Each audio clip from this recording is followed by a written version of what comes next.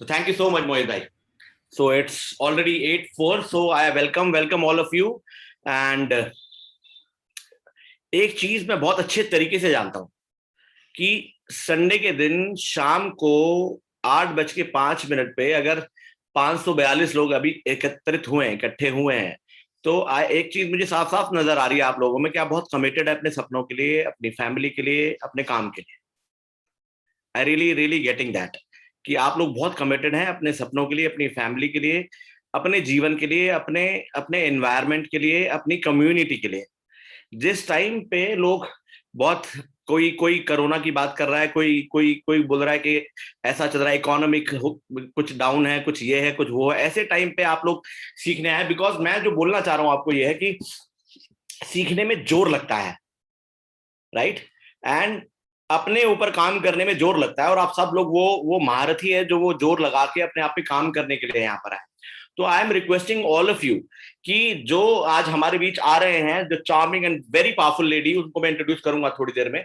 उससे पहले मैं आप लोगों से एक दो रिक्वेस्ट करना चाहता हूं कि आप लाइफ में जिन भी चीजों से डील कर रहे हैं, फॉर एग्जांपल आप लाइफ में कुछ पर्सनल डील कर रहे हैं, कोई आदमी रिलेशनशिप में डील कर रहा है, कोई हस्बैंड से डील कर रहा है, कोई वाइफ से डील कर रहा है, कोई वट मदर फादर से डील कर रहा है, कोई फाइनेंशियल ब्रेकडाउन से डील कर रहा है, कोई कोई वटएवर, बहुत सारी चीजों से आदमी डील कर रहा है इस टाइम लाइफ में। ओके, तो मैं ये जानता हूं कि वो जहां भी आप लाइफ में डील कर रहे हैं, फाइनेंशियल है, इमोशनल है, वटएवर इट इज, जो भी है, मैं जानता हूं उन सब चीजों को ड्रॉप करके कहीं पर उन्हें रख के आप 1 घंटे के लिए यहां पर आए हैं। और मेरी रिक्वेस्ट है, अगर वो आपने ड्रॉप नहीं किया है तो मेरी रिक्वेस्ट है, वो आपने अगर वो ड्रॉप नहीं किया है तो आप कहीं पर ड्रॉप कर आए, और फिर आप दोबारा उठा लें उन डील जो जहां जहां आपको डील करना है 9 बजे के बाद। लेकिन 9 बजे तक आप उसकी चीजें कहीं रख कर आए, क्योंकि अगर आप रख के आएंगे, सी, डिस्कवरी या इंक्वायरी या एजुकेशन नीड्स डिसिप्लिन।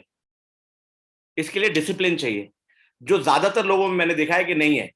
वो अभी होते हुए भी नहीं है, कोई लेटा हुआ है, कोई बैठा हुआ है। इंटेंशनल जब तक नहीं होंगे आप, see, this is not a normal training program, right? आत्मनिर्भर में कोई भी ऐसा प्रोग्राम टीम ऐसा नहीं है जो कि नॉर्मल ट्रेनिंग प्रोग्राम हो, राइट?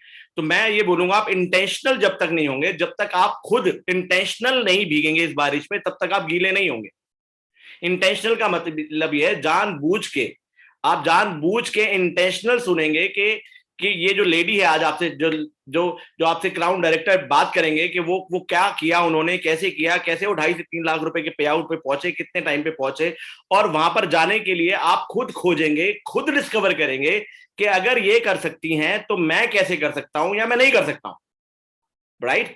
लेकिन जब तक आप खुद नहीं खोजेंगे, खोजने का मतलब यह है कि सी, मोस्ट इंपॉर्टेंट थिंग इज, आपको खोजने का मतलब यह है कि आपने जैसे कोई शेर लिखा, अगर खुद लिखा तो बात अलग हो जाती है, कहीं पढ़ा तो बात अलग हो जाती है। तो मैं चाहता हूं आप सिर्फ नॉलेज ना लें। नॉलेज की बात करें तो मैं जानता हूं सब लोगों ने नेटवर्क मार्केटिंग जानते हैं, मल्टी लेवल मार्केटिंग जानते हैं, कुछ लोगों ने काम किया है, कुछ लोगों ने नहीं किया है, बहुत सारे ट्रेनिंग प्रोग्राम्स अटेंड करें। अच्छा जी, ये भी कर लेते हैं जो ऐसे करने आए। मेरी रिक्वेस्ट है कि वो ड्रॉप कर दें अभी से ही, अभी से ड्रॉप कर लें इस सेशन को, क्योंकि फिर ये आपके काम का नहीं है। तो my request to all of you, each one of you, जो कि बहुत पावरफुल है, अपने सपनों के लिए बहुत कमिटेड है, सब चीजें ड्रॉप करके आए, अपने कंसर्न्स ड्रॉप करके आए हैं, मैं उनको ये रिक्वेस्ट करना चाहता हूं कि आज वो ये डिस्कवर करें कि मुझे लाइफ में जो करना है उसके रिगार्डिंग, मेरे को जो लाइफ में चाहिए, अपनी फैमिली के लिए, अपने लिए, कोई गाड़ी, कोई घर, वटएवर इट इज, कोई पे आउट 1 लाख 2 लाख 3 लाख का पे आउट चाहिए, अगर आपको वो सही में चाहिए और वो जेन्युइनली चाहिए, तो आप वहां से ऑपरेट करोगे कि मेरे को वो चाहिए, उसके लिए मैं सुना। तो थैंक यू सो मच, आप सब लोगों ने मेरे को अपनी लिसनिंग दी, मेरे को इतना बोलने का मौका दिया। Thank you for your generosity. And now I welcome the most charming and powerful lady of Vestige, जो कि हमारे यहाँ यूथ आइकन है, और हम बहुत लकी हैं जो आज हमारे बीच आ रही हैं वो। And we are very very glad to see you Purnima Singh. So we can welcome Purnima Singh by clapping, और जहां हम बैठे हैं हाथ हिला के, पैर हिला के, जोरों शोरों से हम वेलकम कर सकते हैं। यस, और मुझे थोड़ा दिखाई नहीं दे रहा है, वो वेलकम नहीं हुआ है अभी भी, राइट? जब तक हम अपनी लिस्टिंग या वो स्पेस नहीं देंगे पूर्णिमा सिंह को, तब तक वो ये नहीं बता पाएंगे कि तुम्हें लाइफ में क्या करना है। तो ये लीडर है हमारी लिस्निंग में, हमारे सुनने में ये लीडर है। तो हम स्पेस प्रोवाइड करेंगे और हम सुनेंगे। तो we welcome all of you. Purnima Singh ji, I really salute you कि आपने हमारे लिए टाइम निकाला। Thank you so much. As a worker of team Atmanirbhar मैं आपका वेलकम करता हूँ। थैंक यू सो मच पूर्ण। Thank you so much sir, thank you so much मुझे इनवाइट करने के लिए। मुझे कभी लगा भी नहीं था कि शिवराज सर मुझे कभी इनवाइट करेंगे। You deserve that and you deserve more. और ये सर, ये अचानक से ये ऐसा मेरे पास में जब सर ने मुझे बताया कि शिवराज सर के टीम में ट्रेनिंग का ऐसा प्लान है, तो मैं पर्सनली बताऊं, मैं खुद में एक्साइटेड थी आप सभी को से मिलने के लिए, आप सभी पूरी टीम से मिलने के लिए। मेरी एक्साइटमेंट का लेवल बहुत हाई था। तो क्या आप सभी लोग भी उतने एक्साइटेड थे जितने मैं एक्साइटेड हूँ? एक बार अगर मुझे चैट बॉक्स में मुझे आप बता सकते हो तो मैं definitely. Very good morning everyone. और मैं चाहती हूँ कि आज जो सेशन होने वाला है, आज जो भी बातें मैं आपसे बात करने वाली हूँ, आप बिल्कुल मुझे अपने एक फैमिली मेंबर की तरह समझ सकते हैं, और ये समझ सकते हैं कि एक ऐसा पर्सन जो आपको कुछ भी बताए, एक बहुत अच्छे से नोट डाउन करना है, सीखना है। और मैं चाहती हूँ कि मेरी ट्रेनिंग काम तभी आएगी जब आप उसको पूरा करके मुझे टैग भी करोगे कि यस मैम, मैंने ये कर दिखाया है। तो मैं बहुत एक्साइटेड थी आप सभी लोगों के से मिलने के लिए। और sir, thank you so much मुझे चांस देने के लिए। आज आपने इनवाइट किया, ये बहुत अच्छा लगा। और आज यहाँ पे इतने, जैसा बिल्कुल आपने एकदम कंफर्म कहा कि इतने लोग आज यहाँ पे प्रेजेंट हैं, तो दैट मीन्स कि कहीं ना कहीं वो अपने लाइफ को लेके बहुत ही ज्यादा सीरियस है। तो एक बार मैं जानना चाहती हूँ कि यहाँ पे कहाँ कहाँ के लोग बैठे हुए हैं, मतलब इंडिया का कौन कौन सा कोना है जो यहाँ पे आज बैठा हुआ है। एक बार अगर मैं जान सकती हूँ, जयपुर आज यहाँ पे है। और क्योंकि रिस्पॉन्सिव ऑडियंस में मुझे बहुत मजा आता है बात करने में, और आप सभी लोग रिस्पॉन्स रहोगे तो मेरी एनर्जी डबल हो जाएगी, और एनर्जी डबल हो जाएगी तो नॉलेज डबल हो जाएगी, और नॉलेज अगर डबल हो गई तो आप लोगों को ज्यादा चीजें पता चल जाएंगी मुझसे, तो आप लोग जल्दी आगे बढ़ जाओगे। तो यस, अजमेर, जयपुर, सीतापुर, छत्तीसगढ़ से यहाँ पे लोग हैं, बिलासपुर से हैं, पिंक सिटी से हैं, श्रृंगौली करके जगह है। अच्छा, यहाँ पे कुछ ऐसी भी जगह है जहाँ पे भी मैं ज्यादा गई नहीं हूँ। भिलाई से है, भिलाई में जा चुकी हूँ। और मुझे ऐसा लग रहा है ये मनोज सर की टीम है जो भिलाई से बैठी है यहाँ पे। तो यस, आप सभी लोगों का एक तरीके से बहुत अच्छा, आज बहुत इंपॉर्टेंट टाइम है।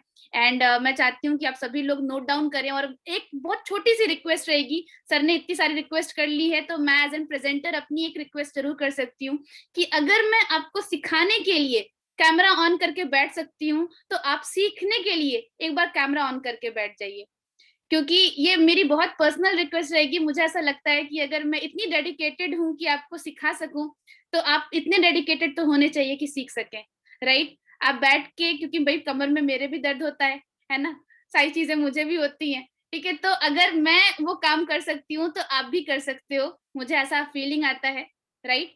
और अभी क्योंकि हमने बैक टू बैक सेशंस मैंने लिए हुए हैं, तो अच्छा रहेगा कि आप मेरे साथ में कंटिन्यूअसली एक तरीके से एक अच्छे रिस्पॉन्स के साथ में डील करें। Thank you so much. तो इट्स टाइम फॉर लर्निंग। तो are you all ready for you with your diary and pen? आप सभी लोग अपने डायरी एंड पेन के साथ में रेडी हैं? Show me your diary and pen. जितने लोग मुझे कम से कम देख पा रहे हैं उतने लोग तो मुझे डायरी और पेन दिखाई दीजिए अपना, कि आपकी डायरी और पेन मैम ये रही। अब इसमें मैं अपनी लाइफ में, अपनी लाइफ की वो चीज लिखने वाली हूँ जिससे मेरी लाइफ चेंज होने वाली है। Show me your diary and pen. जितने भी लोग हैं एक बार अपने डायरी और पेन मुझे शो करें। हाँ, मुझे पूनम जी का दिख रहा है डायरी एंड पेन, और मुझे जितने लोगों का दिख रहा है एक बार मैं देख लूं, बहुत ज्यादा जरूरी है। अच्छा, कितने लोगों हैं जो मुझे शो कर रहे हैं? अमित सर मुझे शो कर रहे हैं, कृष्ण सर मुझे शो कर रहे हैं, राइट, कि मैम मैं अपनी डायरी पेन के साथ में रेडी हूँ सीखने के लिए। हर्ष जी मुझे शो कर रहे हैं यस, कि मेरे डायरी एंड, अब आप लोगों का नाम मुझे याद हो रहा है, ये बहुत अच्छी बात है, क्योंकि एक सीनियर को अपनी नाम याद कराना भी एक बहुत अच्छी रिस्पॉन्सिबिलिटी होती है, जो मैंने अपनी सीखी है कि सीनियर को मेरा नाम याद होना चाहिए। और यहाँ पे स्वाति मैम भी हैं जो रेडी हैं। तो thank you so much everyone. Start करते हैं सेशन को। एंड यस, मैं अपने बारे में थोड़ा सा जरूर बताऊंगी उसके पहले, कि मैं इलाहाबाद मांडा से बिलोंग करती हूँ। मेरा बर्थ प्लेस था इलाहाबाद मांडा। लोअर मिडिल क्लास फैमिली से मैं बिलोंग करती थी। और अप्रोक्स में जैसे कहते हैं कि बहुत नॉर्मल जो एक लाइफ होती है, जैसे आपने देखा होगा कभी कि बोरी पे बिछा बिछा के जब हम बैठ के पढ़ते हैं, तो ऐसे ही घर में मेरा जन्म हुआ था और मैंने अपनी लाइफ वहां से शुरू की थी। तो कहते हैं ना कि जब आप लोगों ने सुना होगा, कभी कभी लाइफ में सुना होगा कि जब आपके गेस्ट ऐसा कहते हैं कि मेरे पास में टाइम नहीं है, मेरे पास में पैसे नहीं है, ऐसा आपने अपने गेस्ट से सुना होगा। मैंने अपनी लाइफ में ये चीज बहुत पहले सुन ली, इन कंपैरिजन बहुत पहले सुन ली। 8 साल की जब मैं उम्र की थी, तो मेरी लाइफ में जब ऐसा ऐसा पॉइंट आया, क्योंकि कहते हैं ना कि लाइफ में कभी कभी ऐसा पॉइंट आ जाता है जो आपको बहुत कुछ सिखा के चला जाता है। मेरे फैमिली में मेरे फादर की तबीयत जो थी वो थोड़ी सी डाउन हुई, उनको last stage liver cancer diagnose हुआ। तो जब ऐसा डायग्नोज हुआ तो उसके लिए बहुत, क्योंकि लोअर मिडिल क्लास फैमिली इतना सोच के नहीं चलती है कि कितना पैसों की जरूरत होगी, तुरंत का नहीं सोच के चलती है कि तुम की मतलब आगे क्या होगा, आगे आगे का नहीं सोच के चलती है, वो सोचती है कि अभी है ना, ठीक है, कोई दिक्कत नहीं है। तो उस टाइम पे मुझे जब जब मैंने देखा, क्योंकि मेरे दोनों जो छोटे भाई थे वो इतने इतने बड़े नहीं थे कि उस चीजों को समझ सके, और मैं अपनी मॉम को देख पा रही थी। तो जब पैसों की जरूरत पड़ी और जब मैं लोगों के पास में गई जिनका आप सोचते हो कि भाई ये मेरे लिए बहुत इंपॉर्टेंट है, मेरे रिलेटिव्स हैं, मेरे जानने वाले हैं, उन्हीं लोगों के पास में जब मैं गई कि मतलब मुझे कुछ पैसों की जरूरत है, या फिर मेरी मॉम मुझे मेरी उंगली पकड़ के जब उनके पास में लेके गई, तो उनका कहना था कि मेरे पास में पैसे नहीं है। और जब मैंने उस टाइम पे सुन लिया ना कि मेरे पास में पैसे नहीं है, और उस टाइम पे जब आप ऐसा सुन लेते हो तो, और जब आपका डॉक्टर ऐसा बोल देता है कि मेरे कि आपके फैमिली के पास में, आपके पर्सन के पास में, आपके फादर के पास में टाइम नहीं है, उससे वर्स्ट कुछ नहीं हो सकता। हो सकता है कि आपको अपने गेस्ट का लगता होगा कि उन्होंने बोल दिया पैसे नहीं है, टाइम नहीं है, लेकिन जब आप ऐसा कुछ बहुत बचपन में सुन लेते हो कि आपके पास में, मेरे पास में पैसे नहीं है तुम्हें देने के लिए, या फिर आपके फैमिली के पास में टाइम नहीं है, तो वो आपकी लाइफ का सबसे worst worst worst worst day हो जाता है। और मेरे साथ में बिल्कुल ऐसा हुआ। आपको पता ही होगा कि कहीं ना कहीं जो लड़की होती है, जो बेटियां होती हैं, वो अपने पापा की बहुत ज्यादा लाडली होती हैं। मैं भी अपनी फैमिली की बहुत मैं अपने पापा की बहुत लाडली थी, लेकिन उस टाइम पे जो सिचुएशन हुई, उस टाइम पे जो इतनी बड़ी दिक्कत हुई, एक चीज तो मैंने देखा कि कोई नहीं आता सपोर्ट करने के लिए, कोई नहीं आता आपको आगे उठाने के लिए, आपको खुद ही उठना पड़ता है। और वो ऐसी सिचुएशन थी कि द वेरी फर्स्ट टाइम मैं रो रही थी और मेरे फादर ने मुझे उठ के गले नहीं लगाया था।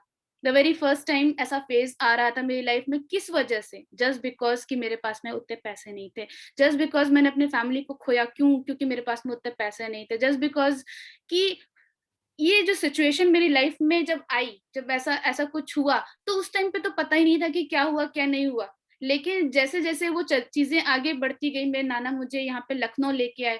जब लखनऊ लेके आए तो मैं एक ऐसा फील किया मैंने कि जब मैं गांव से उठ के, जहाँ पे हट टाइप का मेरा घर था, वहां से उठ के जब मैं लखनऊ आई, सिटी एरिया में जब मैं आई, तो मेरे जो छोटे भाई थे, कहीं ना कहीं बहुत बहुत कम एज में बड़ा बनना पड़ा।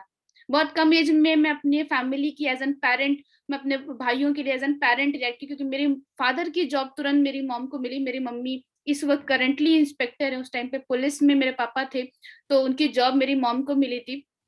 तो ये जब ये चीज हुई ना, जब ऐसे, तो उनको ट्रेनिंग पे जाना पड़ा, और ट्रेनिंग पे जब उस टाइम पे वो जब गए हुए थे, तो उस टाइम पे मैं अपनी फैमिली, अपने दोनों भाइयों के साथ थी। पेरेंट टीचर मीटिंग अटेंड कर रही थी पेरेंट बन के।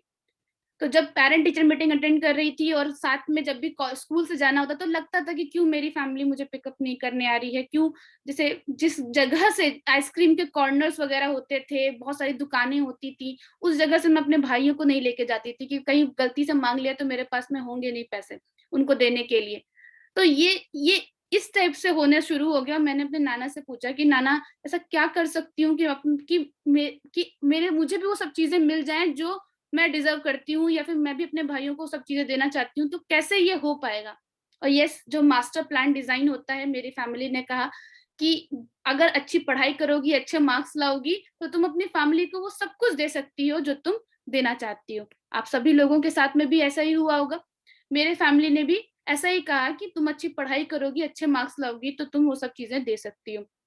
मैंने कहा ठीक है, ओके। और मैंने पढ़ना अच्छी तरीके से शुरू किया। और जब पढ़ना अच्छा है तो मेरे मार्क्स, क्योंकि कहते हैं ना एक जिद आ जाती है, जब इंसान के अंदर जिद होनी बहुत इंपॉर्टेंट है। और कहते हैं कि इतना इतना बुरा दिन तो कभी कोई इंसान किसी को ना दिखाए। मैंने एक जिद ठान ली कि नहीं, मुझे किसी भी हाल में अपनी फैमिली में ये सिक्योरिटी तो देना ही देना है कि मैं किसी और इंसान को तो नहीं खोना चाहती अपनी फैमिली की, तो मुझे इसकी जिम्मेदारी किसे लेनी पड़ेगी, मुझे लेनी पड़ेगी। रिस्पॉन्सिबिलिटी कभी दी नहीं जाती, ली जाती है। रिस्पॉन्सिबिलिटी मैंने अपने कंधों पे ली कि नहीं, मुझे ऐसे दिन नहीं देखने पड़ेंगे कभी भी पैसों की वजह से। और जब मैंने इसकी रिस्पॉन्सिबिलिटी ली तो मैंने 10th क्लास में अप्रोक्सीमेट 96% मैंने मार्क्स स्कोर किए। अप्रोक्सीमेट 12th क्लास में अबव डिस्टिंक्शन मेरे मार्क्स थे। द वेरी फर्स्ट टाइम जब अपनी फैमिली को आप एक तरीके से ग्रो करा रहे हो, अपनी फैमिली पेरेंट की तरह ध्यान रख रहे हो, खाना भी देख रहे हो, सब कुछ देख रहे हो। बहुत छोटे घर में, बहुत नाना के घर पे ऊपर छत पे बहुत छोटा सा रूम था, उसमें हम रहते थे। उसी में तखत पे नीचे मसाले बिछा के उसी छोटे रूम में वही किनारे में सिलेंडर लगा के उस टाइम तक, मतलब अप्रोक्सीमेट 11th क्लास तक, मतलब सेकेंड क्लास से लेके 11th क्लास तक मैं उस छोटे से रूम में रही। देन उसके बाद में ऐसा हुआ कि जब 12th क्लास कंप्लीट हुआ तो पहली बार ऐसा लगा कि खुद के लिए कुछ करना है, खुद के लिए कुछ उम्मीदें जागी कि नहीं, जैसे हम जितने भी यूथ होते हैं हम सभी लोगों के अंदर में होता है कि क्या, कि अब कुछ नया करते हैं, कुछ कुछ करते हैं अपने लिए। तो मैं एज एन फैशन डिजाइनिंग मैं बहुत अच्छा, मैंने ड्राइंग वगैरह बहुत अच्छी थी, तो मैंने ट्राई किया। और इंडिया के जो सबसे बेस्ट फैशन डिजाइनिंग का कॉलेज होता है निफ्ट, एनआईडी एंड पर्ल, वो मैंने क्वालिफाई किया और मुझे मुंबई ब्रांच मिली। बहुत खुश, अल्टीमेट लेवल ऑफ खुशी मेरे साथ में थी। और जब जब मैंने अपनी मॉम को खुशी खुशी मैंने बात बताई कि मेरा सिलेक्शन हो गया है, तो मेरी मॉम ने कहा कि इतने पैसे हमारे पास में नहीं है कि हम तुम्हें इतना पढ़ा सकें, राइट। क्योंकि उसके लिए पैसे चाहिए थे, 80,000 पर सेमेस्टर मुझे चाहिए थे, मतलब अप्रोक्स में 10 लाख, 8 से 10 लाख रुपए। और ऐसा बहुत लोगों के साथ में होता है कि वो बेस्ट कॉलेज में पढ़ सकते हैं, उनकी कैपेबिलिटी होती है, लेकिन हमारे पास में इतने पैसे नहीं होते कि हम उन्हें पढ़ा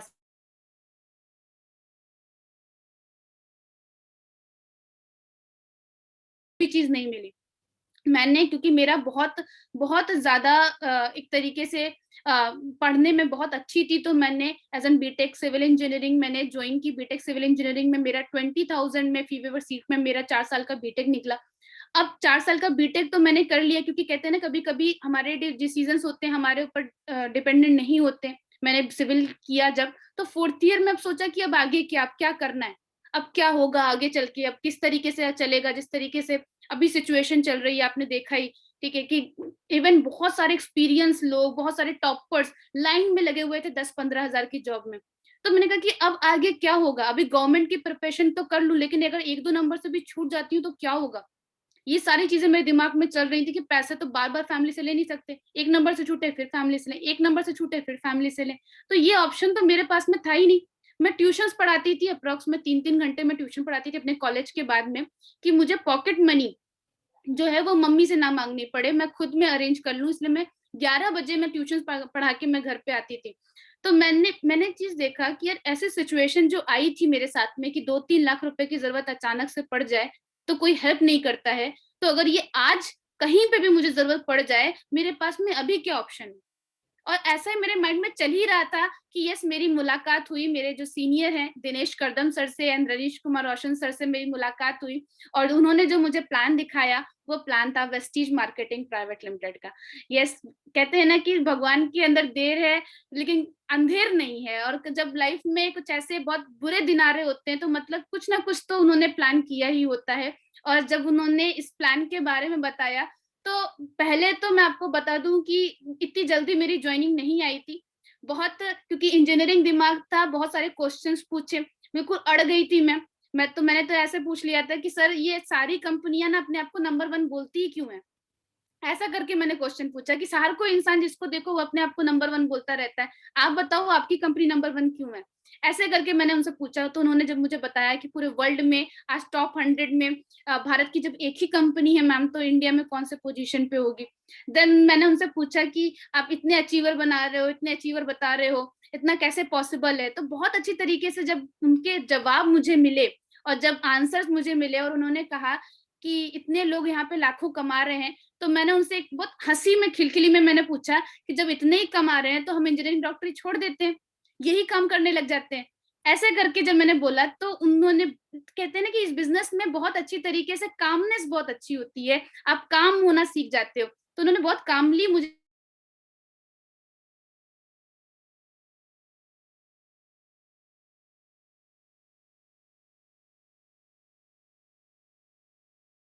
5 बेड होते हैं, 5,000 भी मांगोगे ना तो 75,000 आपके सिर्फ और सिर्फ हॉस्टल से आते हैं, और यही 75,000 आप जॉब में लेने चले जाओ तो फिर, तो ये चीज समझ में आई कि इट्स अ बिजनेस। देन उसके बाद में जब उन्होंने मुझे नेटवर्क समझाया, और उन्होंने बस एक लास्ट में 3 क्वेश्चन पूछे मुझसे कि पूर्णिमा, या तो तुम यहाँ पे स्टार्ट करती हो, कामयाब नहीं हो पाती हो, स्टार्ट करती हो और उसके बाद में मेहनत भी करती हो लेकिन कामयाब नहीं हो पाती हो, या फिर स्टार्ट ही नहीं करती हो और कामयाब हो भी सकती हो। ठीक है, पहला उन्होंने ऑप्शन दिया कि तुम ये स्टार्ट ही नहीं करो, दूसरा उन्होंने ऑप्शन दिया स्टार्ट करो लेकिन कामयाब ना हो पाओ, और तीसरा स्टार्ट करो और कामयाब हो जाओ। तो उन्होंने कहा कि अगर आप स्टार्ट नहीं करते हो तो आपकी लाइफ में कोई चांसेस नहीं रहेंगे, स्टार्ट कर लो तो लाइफ में चेंज होने के चांसेस बढ़ जाएंगे। और यस, फिर जब मैंने ये क्वेश्चन सुना तो मैंने कहा कि नहीं, मुझे स्टार्ट करना है, क्योंकि पहली बार कोई इंसान मुझे लाख रुपए महीने का दिखा रहा था, तो स्टार्ट किया मैंने। और स्टार्ट करने के बाद में कहते हैं ना कि आप डिसीजन ले लो, तब तक आपको नेगेटिव करने वाला कोई नहीं आता है, लेकिन जैसे ही डिसीजन आप ले लेते हो वैसे ही आपको नेगेटिव करने वालों की लाइन लग जाती है। ऐसा होता है कि नहीं होता है? डेफिनेटली ऐसा होता है। और सबसे पहले शुरुआत होती है अपने घर से। जब घर में मैं पहुंची अपना सामान लेके, प्रोडक्ट लेके, जब मैं घर में पहुंची तो सबसे पहले जो मेरे साथ में मेरी मॉम ने मेरे वेलकम किया, और वेलकम किया, कहा कि ये जितना सामान तुम लेके आई हो इसके साथ में तुमको भी बाहर फेंक देंगे और इस सामान को भी बाहर फेंक देंगे। बिल्कुल डिट्टो सेम ऐसी लाइन थी उनकी। और जब उन्होंने ऐसे बोला तो मुझे बहुत डांट सुनने को मिली। मुझे कहा कि मतलब अधिकारी की लड़की अधिकारी बनेगी, तेज साबुन शैम्पू का कोई भी बिजनेस नहीं करेगी, ऐसे करके उन्होंने मुझे बोला और मुझे डांटा। तो उस टाइम पे मेरे अपलाइन में जब जाते जाते एक चीज बोली हुई थी, उन्होंने मुझसे कहा था कि पूर्णिमा कुछ भी होगा, कैसे भी, चाहे हाँ या ना करना होगा, क्योंकि मैंने इतनी ज्यादा मैं ओपन नहीं थी। क्या होता है कि सिविल इंजीनियरिंग में लड़कियां ज्यादा होती नहीं है, ठीक है, तो मैं लड़कों से भी उतना ज्यादा ओपन नहीं, लड़कियों से भी नहीं, मैं बिल्कुल बहुत कंजर्व टाइप की लड़की थी, बहुत कम बोलने वाली। तो मुझे जो सिखा दो बस वो सीख जाते थे, इतना ज्यादा दिमाग नहीं लगाती थी ज्यादा। तो उन्होंने मुझे बोला कि कुछ भी दिक्कत आएगी बस मुझे बता देना कि क्या दिक्कत हुई है, तो मुझे इतना ध्यान में था कि मैं उनको बता दूं। तो जब मैंने उनको बताया तो एक चीज हुआ कि उन्होंने कहा कि देखो, अगर आप स्टार्ट नहीं करते हो, चीजें हैं, बहुत दिक्कतें हैं, सब कुछ है, लेकिन आप बताओ ना कि इसकी रिस्पॉन्सिबिलिटी कौन लेगा? मैं लूंगी। तो मैंने कहा कि अगर अपनी लाइफ की किसी भी तरीके से, अपनी लाइफ की अगर मुझे किसी तरीके से दशा चेंज करनी है तो दिशा को तो चेंज करना ही पड़ेगा। और यस, मैंने सोचा कि मैंने शायद जो बातें बताई वो बातें सही तरीके से नहीं बताई। मॉम को तभी समझ में आएगा जब मेरे रिजल्ट्स आएंगे। और रिजल्ट्स लाने के लिए मैं पूरी तरीके से लग गई और मैंने स्टार्ट किया बिजनेस को।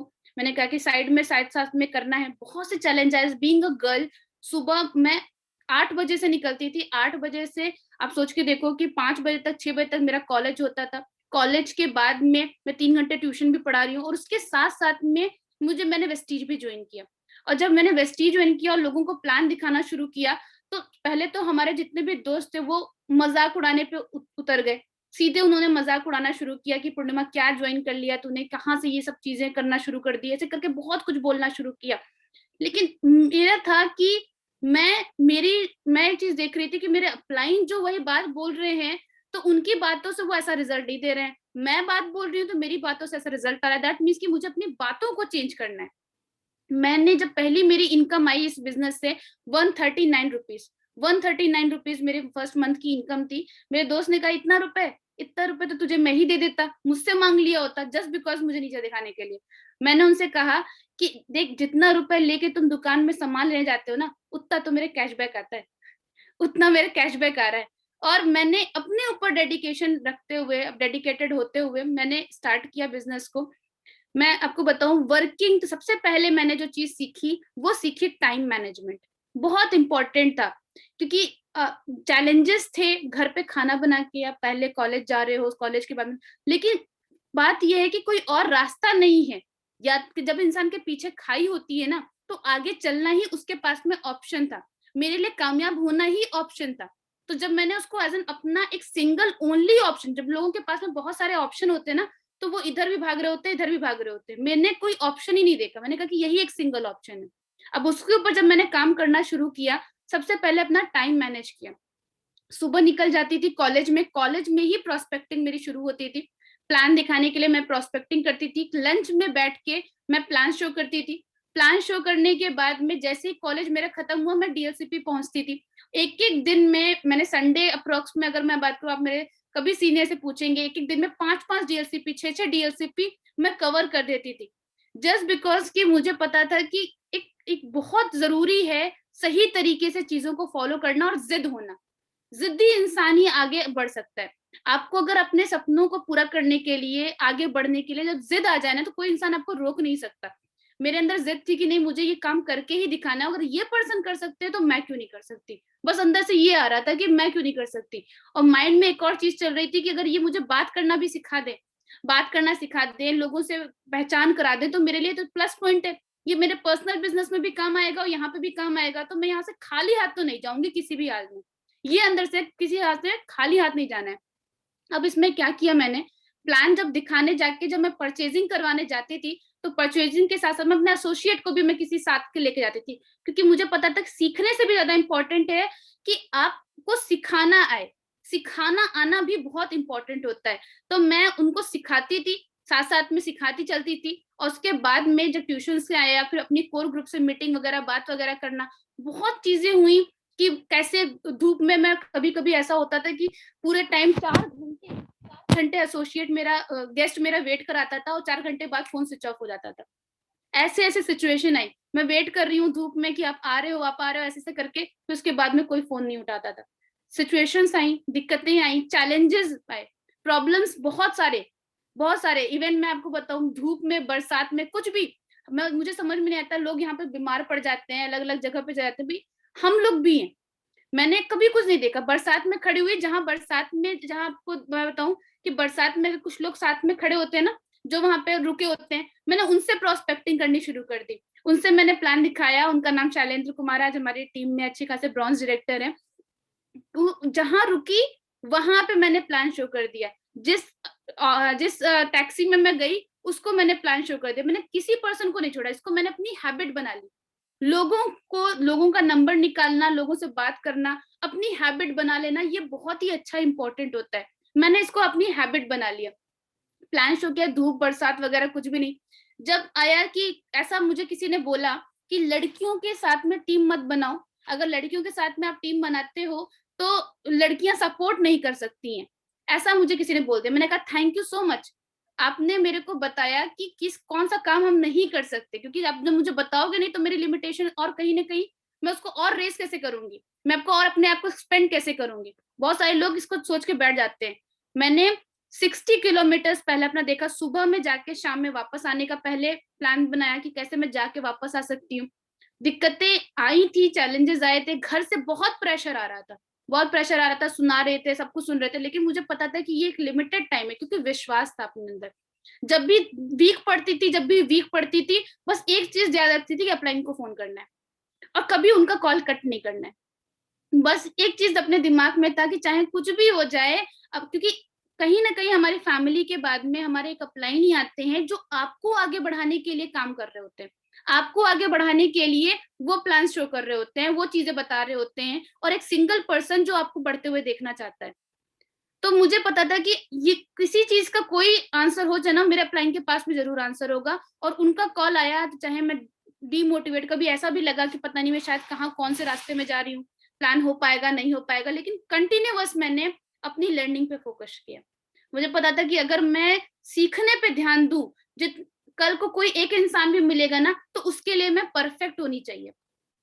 जितने टाइप की ट्रेनिंग्स होती हैं, जितने, कभी अपने लर्निंग पे मैंने मैक्सिमम फोकस किया। मुझे पता था कि लर्निंग अगर ज्यादा हो जाएगी, सीखना ज्यादा हो जाएगा, बात करने का तरीका बेटर हो जाएगा, तो रिजल्ट ऑटोमेटिकली बेटर रहेंगे। और जब मैंने कहा कि यहाँ पे तो बहुत अच्छा है, यहाँ पे तो 30 मिनट की प्रेजेंटेशन है जो आपको 3 साल बोलनी है। अब आप सोचो ना कि अगर आपका कोर्स लिमिटेड है, सिर्फ 30 मिनट का है, और आपको 3 साल बोलना है, तो आप उस एग्जाम में जब आपके पास पेपर पहले से ही है तो टॉप करने चाहिए। मैंने कहा यही सिंपल सी प्रेजेंटेशन है, और कुल मिला के 12 क्वेश्चन थे। जो क्वेरीज लोगों की आती थी, टाइम नहीं है, पैसा नहीं है, इंटरेस्ट नहीं है, मैंने बहुत सी कंपनियां देखी हैं, ऐसे करके 12 क्वेश्चन थे। अब आपको क्वेश्चन पेपर पहले से ही पता हो, कोर्स आपका 30 मिनट का हो, 30 से 40 मिनट का प्लान दिखाना, तो ऑफकोर्स ये बात है कि आपको उसको जल्दी तैयार करना। मुझे समझ में आ गया था कि इसको जल्दी तैयार कर लूं अगर, तो खुद से प्लान दिखा सकती हूँ। अब मैंने क्या किया, सबसे पहले अपने खुद से प्लान दिखाने शुरू किए। और सबसे पहले जब खुद से प्लान दिखाना शुरू किया, back to back plans, 60 kilometres का डिस्टेंस ट्रैवल किया, 200 किलोमीटर्स का डिस्टेंस ट्रैवल किया, और उसके बाद में जो मेरा चेक आना शुरू हुआ, फर्स्ट मंथ का 139 रुपीज, देन 200 रुपए, देन 600 रुपए। यस, क्योंकि मैं सीख रही थी। मैं कोई इस बिजनेस में मैं पहली बार जब मैंने नेटवर्किंग को देखा है, मैंने जानना है, तो मैं सीख रही थी, लर्निंग फेज में थी। एटलीस्ट जहाँ कुछ नहीं आ रहा था वहां कुछ आ रहा था। मुझे पता ऐसा ट्यूशन टीचर मिल गया जो मतलब जिसको फीस भी देने की जरूरत नहीं, मेरे सीनियर। उन ऐसे ट्यूशन टीचर मिल जाना जिसको फीस भी देने की जरूरत नहीं, तो उनसे जितना भी नॉलेज ले सको उतना नॉलेज ले लो। ऐसा अंदर से भूख थी नॉलेज लेने की। नॉलेज लेने की जिसको भूख होती है ना, वो बहुत आगे बढ़ जा सकता है। और क्या होता है ना कि आपका, मैं यहाँ पे हूँ, मैं यहाँ से निकलूंगी तो जयपुर पहुंच ही जाऊंगी, 100% पहुंच जाऊंगी, लेकिन मेरी स्पीड से पता चलेगा कि मैं कितनी देर में पहुंचूंगी। तो मेरी स्पीड जो थी वो क्या थी कि अपने अपलाइन की बात दिमाग में तुरंत तुरंत फॉलो कर लेना। मतलब तुरंत तुरंत उन्होंने बताया कि ये काम कर लो पूर्णिमा, तुरंत पूर्णिमा ने करके दिखा दिया। ये वाला चीज थी। और मैंने कभी अपने आप सोचा ही नहीं कि ये करूं ना करूं, ये करूं ना करूं, बस फॉलो करते, क्योंकि एक लीडर बहुत अच्छा फॉलोअर भी होता है। आप एक अच्छी अपलाइन चाहते हो कि नहीं, मुझे एक अच्छी अपलाइन चाहिए, मेरी अपलाइन है, तो आप एक अच्छी अपलाइन हो। अपने आप को क्वेश्चन करो, क्या आप एक अच्छी अपलाइन हो? अगर आप एक अच्छी डाउनलाइन चाहते हो तो आप देखोगे कि आप अच्छी डाउनलाइन हो क्या। तो मैंने पहले अपने आप को जज करना शुरू किया कि मैं एक अच्छी डाउनलाइन हूँ क्या, मैं जैसी डाउनलाइन चाहती हूँ क्या मैं वो अच्छी डाउनलाइन हूँ क्या, क्या मैं जैसी अपलाइन चाहती हूँ क्या वैसी अपलाइन हूँ क्या। और जब मैं अपने अंदर चेंजेस लाने शुरू किए बैक टू बैक, तो यस, मेरा चेक बढ़ता गया। और जब मुझे काम समझ में आ गया, 16,000 का अप्रोक्स में मेरा चेक आया। जो 5th या 6th मंथ में मेरा 16,000 का चेक आया था, पहली बार अकाउंट में आया इस तरीके से चेक। विश्वास बढ़ा, अच्छा लगा। और सबसे बड़ी बात कि जब ये फेजेस चल रहे थे, जब ये दिक्कतें चल रही थी, बहुत बार मैं आपको बताऊं, ऑनलाइन प्रोस्पेक्टिंग में जब मैं प्लान करती थी, तो आपको भी पता है बहुत सारी गर्ल्स यहाँ पे हैं, तो उनको ऐसा पता होगा कि बहुत सारे बॉयज जब मिलते हैं तो आपसे अलग तरीके से बात करना शुरू कर देते हैं, अलग अलग तरीके से कम से कम मैं बहुत दिन परेशान रही। मतलब क्योंकि मेरे ऊपर में कोई ऐसे लेडीज नहीं थी जो मतलब जो बैचलर लेडी हो और जो मुझे मुझे बता सके कि क्या करना चाहिए क्या नहीं करना चाहिए।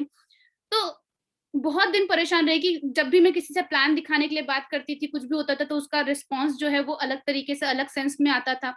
तो मैंने कहा कि यार ये कब तक चलता रहेगा, क्योंकि मुझे नए गेस्ट तो चाहिए, नए लोग तो चाहिए, अब ये कब तक चलता रहेगा। मैंने कहा कि अगर इसको आज तुमने प्लान कर लिया, आज इसको तुमने सही कर लिया, तो हर लड़की को तुम ये सही करवा सकती हो, क्योंकि ये चैलेंज तो जो तुमको आ रहा है ये हर लड़की को आएगा।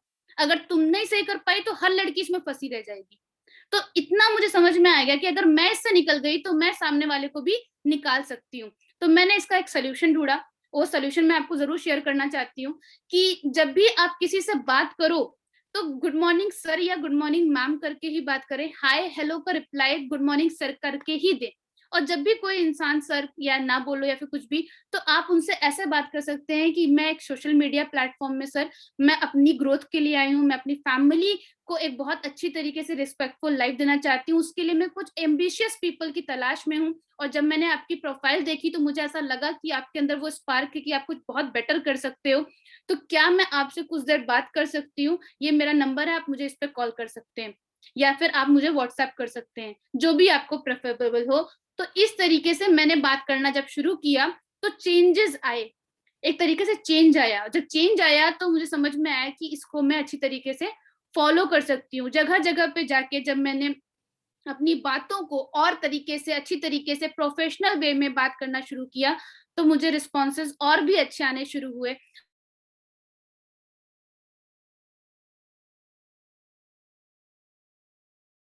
तो और आज के टाइम पे जो मेरा हाईएस्ट पे आउट है वो है 2,57,000 महीना। यस, 2,57,000 आज मैं मंथली बेसिस पे अर्न कर पा रही हूँ। आज एक बहुत बड़ा सपना भी मेरा पूरा हो चुका है। कहते हैं कि फैमिली में जब मैंने अपने मॉम को मैं स्कूटी पे लेके अपने जा रही थी, और स्कूटी पे जब मैं लेके जा रही थी तो उन्होंने बोला था ये गाड़ी देखते हुए कि एक दिन ये चलाएगा और मेरा बेटा बेटा चला रहा होगा, मैं बगल में बैठी होंगी ऐसे ही शान से। तो वो माइंड में मेरे सेट हो गया कि ये एक दिन मैं करके दिखाऊंगी। और अप्रोक्स में उनके बर्थडे पे, ये 27 जनवरी 2020 में उनके बर्थडे पे 20 लाख की टाटा हैरियर मैंने उनको गिफ्ट की। और ये एक मेरी लाइफ का इतना बेस्ट मोमेंट है, मैं आपको बता नहीं सकती। 9 लाख के लोन पे 11th क्लास में 12th क्लास में जाके मेरा घर बन पाया था। ये घर मेरा जो है 9 लाख के लोन पे बना है, और 9 लाख के लोन के सामने जब 20 लाख की टाटा हैरियर खड़ी होती है। और सबसे बड़ी बात कि जब मम्मी को जब मैंने सरप्राइज दिया था, तो सरप्राइज में जब वो आ रहे थे, एंटर कर रहे थे, वो सिर्फ मुझे जानते थे, क्योंकि बाकी सब जो थे वो अननोन थे। जब वो एंटर कर रहे थे और जो पिक्चर क्लिक हुई थी, तो जो वो प्राउड मोमेंट उनकी आंखों में था, तो वो मेरे सारे स्ट्रगल्स सब ऐसा लगा कि सब वर्थ इट है, सब वर्थ इट है। चाहे वो बंगला साहिब में बैठ के खाना खाना जब मेरे पास में पैसे नहीं थे, चाहे वो उस टाइम पे जब ट्रैवल करना बस में, पब्लिक बसेस में। आप जो रायपुर के होंगे उनको पता होगा कि रायपुर से लोरमी जाना पब्लिक बसेस में कैसा रहता है, 7-7 8-8 घंटे का रास्ता होता है। चाहे वो आपका रेगुलर बेसिस पे एक पब्लिक ट्रांसपोर्ट से ट्रैवल करके आपको इस तरीके से लोगों के साथ में जाना रहता है, कुछ लोगों से विश्वास मिलता है, कुछ लोगों से धोखा मिलता है।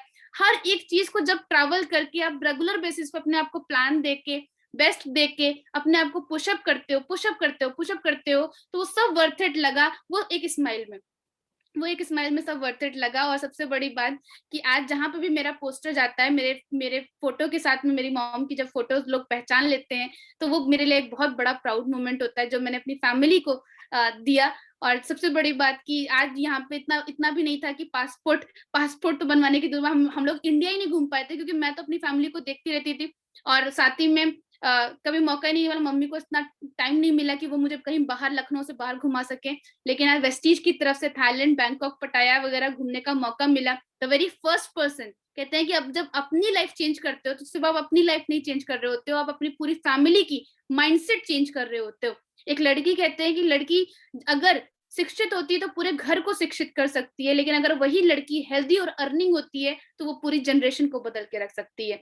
और यस, मैंने वो इनिशिएशन लिया कि नहीं, अगर क्विटर्स होते हैं, जिनके साथ में प्रॉब्लम्स बहुत बार आती रहती हैं, उनके साथ में क्या होता है कि वो किसी को प्रेरणा नहीं दे रहे हैं, आप अपने घर के लिए प्रेरणा नहीं बन रहे हो। लेकिन अगर आप चैलेंजेस आ रहे हैं, प्रॉब्लम्स आ रहे हैं, उसके लिए आप करके कुछ दिखाओ, कुछ बन के दिखाओ, तो लगता है कि नहीं, एक पर्सन है जिसने करके दिखाया है, तो मैं उसको फॉलो कर सकती हूँ। मैं वो मेरे लिए इंस्पिरेशन बन जाते हैं। आप अपने सबसे पहले अपने घर के लिए इंस्पिरेशन बनो। लोगों के लिए इंस्पिरेशन तब बनोगे जब अपनी जो क्विटिंग, बार बार दिक्कतें, प्रॉब्लम्स, चैलेंजेस, ये सब जो आते हैं, इनसे निकलना, सोल्यूशंस पे ध्यान देना, प्रॉब्लम पे ना ध्यान देके सोल्यूशन पे जब आप ध्यान दोगे, तो डेफिनेटली आप उसको अक्वायर करोगे और यस, उस पोजीशन पहुंच पाओगे। कहते हैं कि जब आप एक बहुत अच्छा, मैं मूवी देख रही थी, दंगल मूवी थी, वो दंगल मूवी में बहुत अच्छा बोलती हैं वो, कि अगर आप यहाँ पे इस कंपटीशन में जीतोगी ना, इस बार अगर तुम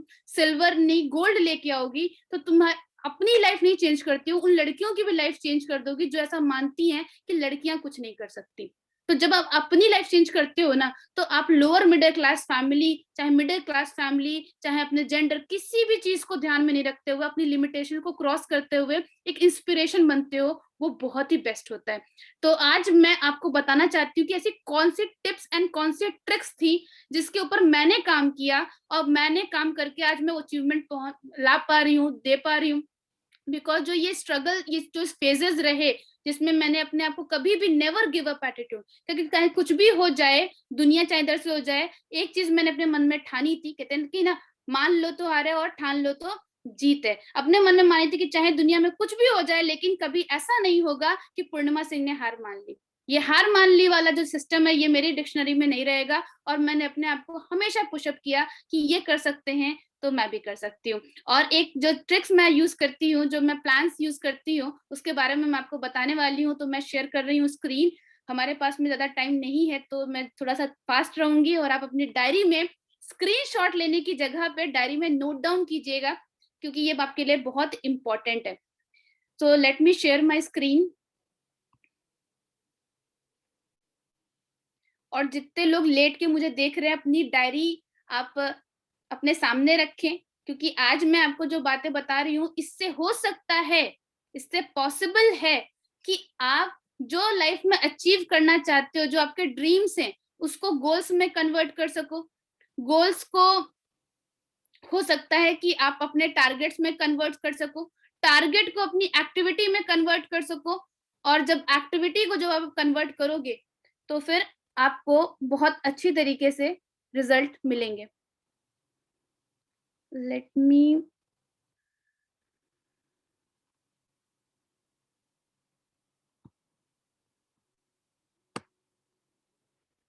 आई होप सो कि आप सभी लोगों को स्क्रीन दिख रही होगी। द वेरी फर्स्ट थिंग आपको जो काम करना है, मुझे ऐसा लगता है कि बिजनेस में जब आप आगे बढ़ने वाले होते हो तो आपका 70% जो ग्रोथ दिखाता है, आप सभी लोग एक्साइटेड हो, आप सभी लोग करना चाहते हो, और मुझे भी पता है कि आप लाइफ में आगे बढ़ना ही चाहते हो। लेकिन सबसे पहले आपको क्या देखना है कि हमारा 70% जब बिजनेस आगे बढ़ेगा तब जब हमारा माइंडसेट स्ट्रांग होगा। माइंडसेट स्ट्रांग करने के लिए आपके अंदर सबसे ज्यादा होना चाहिए सिंसियरिटी एंड प्रायोरिटी। आप अपने काम को सबसे पहले रख रहे हो, ये सबसे जरूरी है। और काम भी नहीं, आपके जो सपने हैं, आपके जो ड्रीम्स हैं, आपके जो गोल्स हैं, उसको अपने पहले रख रहे हो तो बहुत जरूरी होगा। मैं एक चीज मैंने देखा था, मैं आपको बताती हूँ उसके बारे में।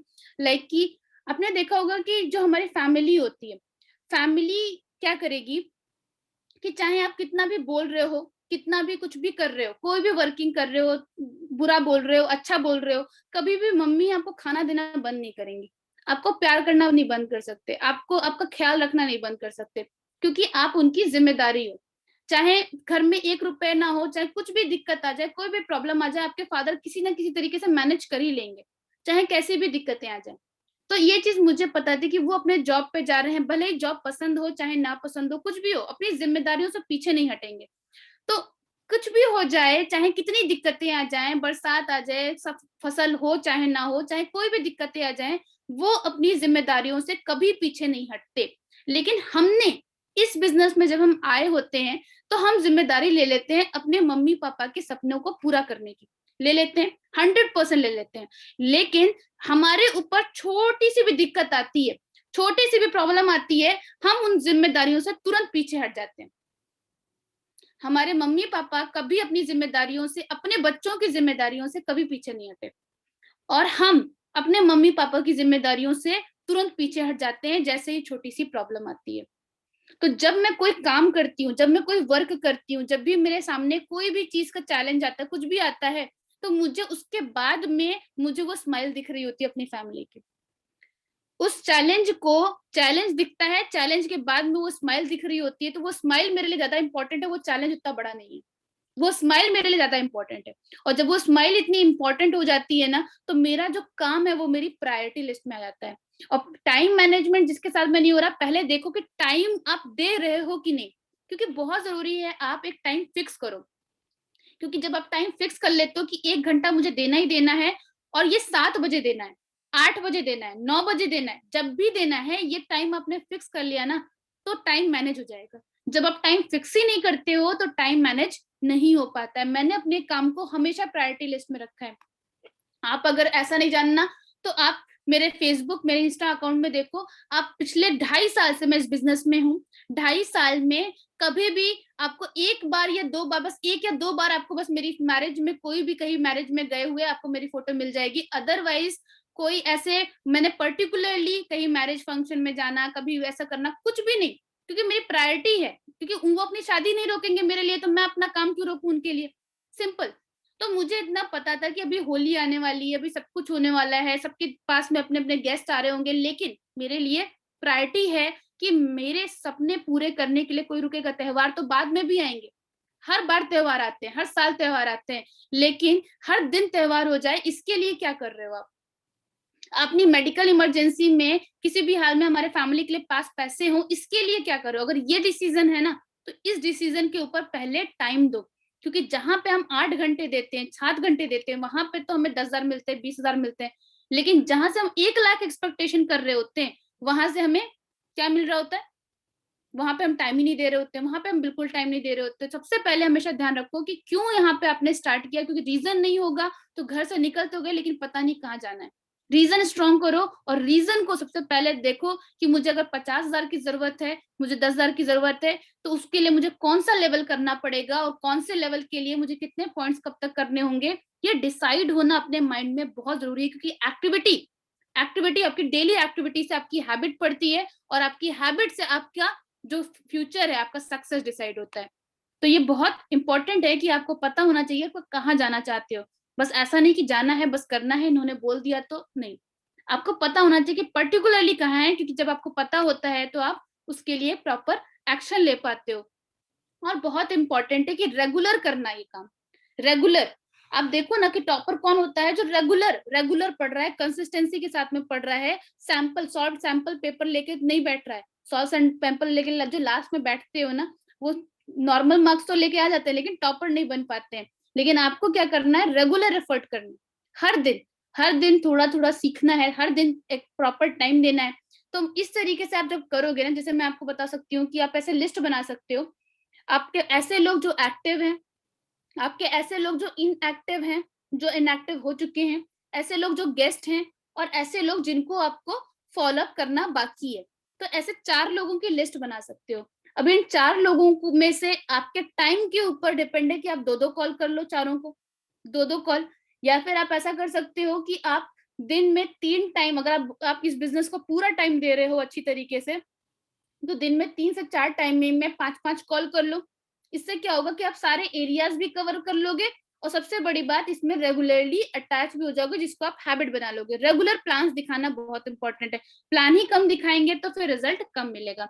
मैं आपको बताऊं, जिस मंथ में मैंने ज्वाइन किया था, उसी मंथ में मुझे याद है कि सर मेरे सीनियर ने एक कन्वेंशन ऑर्गेनाइज की थी, उसी मंथ में ही, क्योंकि उसमें था कि बेस्ट परफॉर्मर का अवार्ड जीतना था, और बेस्ट परफॉर्मर का अवार्ड उनको मिलने वाला था जो मैक्सिमम प्लान्स दिखाएंगे, मैक्सिमम प्लान शो करेंगे। और फर्स्ट ही मंथ में जिसमें मैंने ज्वाइन किया, 65 प्रेजेंटेशंस मैंने दिखाई थी, काउंटेड है वो, 65 प्लान्स मैंने शो किए थे। तो इसीलिए मैं चाहती हूँ कि रेगुलर प्लान्स आप जब शो करोगे ना, और खुद से शो करोगे, इंडिपेंडेंटली शो करोगे, तो रिजल्ट बहुत अच्छा आएगा। अब हम प्लान शो करने पे तो लग जाते हैं लेकिन काम नहीं करते पर्सनैलिटी डेवलपमेंट पे। पर्सनैलिटी डेवलपमेंट पे काम करना बहुत जरूरी है, क्योंकि जब तक आप सीख के सही तरीके से काम नहीं करेंगे तो रिजल्ट आपको नहीं आएगा। सीख के सही तरीके से काम करेंगे तो रिजल्ट आएगा ही आएगा, 100% है। तो अपनी पर्सनैलिटी पे काम करें कि गलती कहाँ हो रही है। जब अपने अपलाइन को जब आप कॉल करते हो ना कि सर ये हमसे हो नहीं पा रहा, तो जानते हैं उसकी जगह पे आपको क्या बोलना चाहिए कि सर हमसे क्यों नहीं हो पा रहा, मैं कहाँ पे गलत कर रहा हूँ। एक बार मैंने अपनी अपनी पीपीटी जो है, मैंने इसको रिकॉर्ड की हुई है, आप इसमें देखो सुनो कि कहाँ पे मैं गलती कर रही हूँ, क्योंकि मैं इसको सही जल्दी करना चाहता हूँ। इसको मैं जल्दी से सही करना चाहती हूँ, और अपने प्रैक्टिस में कॉन्फिडेंस तब आएगा जब प्रैक्टिस रहेगी, रेगुलर प्लान शो करते रहोगे। तो रेगुलर प्लान शो करें तो उससे रिजल्ट और भी अच्छे आएंगे। और कोई ट्रेनिंग मिस नहीं करनी। मैं अभी भी, मैं आपको बताऊं, अभी ज्वाइनिंग मैंने जो जितनी भी अभी रिसेंट में मैंने ज्वाइनिंग्स कराई हैं, एक तो मैं कभी भी हर अभी इस लेवल पे होने के बावजूद मैं रेगुलर प्लान शो करती हूँ। रेगुलर प्लान्स मेरे रहते हैं रेगुलर। अभी क्लोजिंग करते करते ही मैंने कम से कम 4 से 5 ज्वाइनिंग लास्ट 2-3 डेज में मैंने निकाली थी। तो मैं रेगुलर प्लान शो करती रहती हूँ कि कहीं ना कहीं, और जैसे ही कोई इंसान ज्वाइन करता है, और ज्वाइन करते ही मैं उसको सिर्फ एक चीज बोलती हूँ कि अगर तुमने ऑनलाइन ट्रेनिंग एंड यहाँ की ट्रेनिंग मिस की, लिख के ले लो, कामयाब नहीं हो पाओगे। ऐसा करके मैं सीधे बोल देती हूँ। मैं सीधे बोलती हूँ कि यहाँ पे तुम्हें बस एक काम करना है कि ट्रेनिंग का अलग अलग टाइमिंग्स होती है, जो टाइमिंग तुम्हारे बहुत सुटेबल में रहती है, या फिर उसमें ज्यादा से ज्यादा टाइम आप दे सकते हो, या फिर आप जो बीच की भी ट्रेनिंग अटेंड कर सकते हो, तो मैक्सिमम अपने आप को ट्रेनिंग का पार्ट बनाओ। अगर ट्रेनिंग आपको ज्यादा समझ में आएगी और साथ ही साथ में उसको ऐसे नोट डाउन करना आएगा कि कल को यही ट्रेनिंग आप ले लोगे ना, तो आप ले सकते हो। ऐसा लिखना भी आ जाएगा ना, सिखाना आ जाएगा, इससे बेटर कोई बात नहीं हो सकती। आप आधी चीजें बहुत अच्छे कर ले जाओ, क्योंकि यहाँ पे 5 ही चीजें हैं, इन्विटेशन, प्रेजेंटेशन, फॉलोअप, क्लोजिंग और ट्रेनिंग। आपको ये 5 चीजें समझ में आ गई बहुत अच्छी तरीके से, तो आप आगे डेफिनेटली ग्रो करेंगे। और ये एक बहुत इंपॉर्टेंट चीज है जो मुझे ऐसा लगता है कि बहुत लोग पीछे क्यों हट जाते हैं, पीछे क्योंकि उनको रिजेक्शन मिल रहे होते हैं। आपने नहीं बचपन में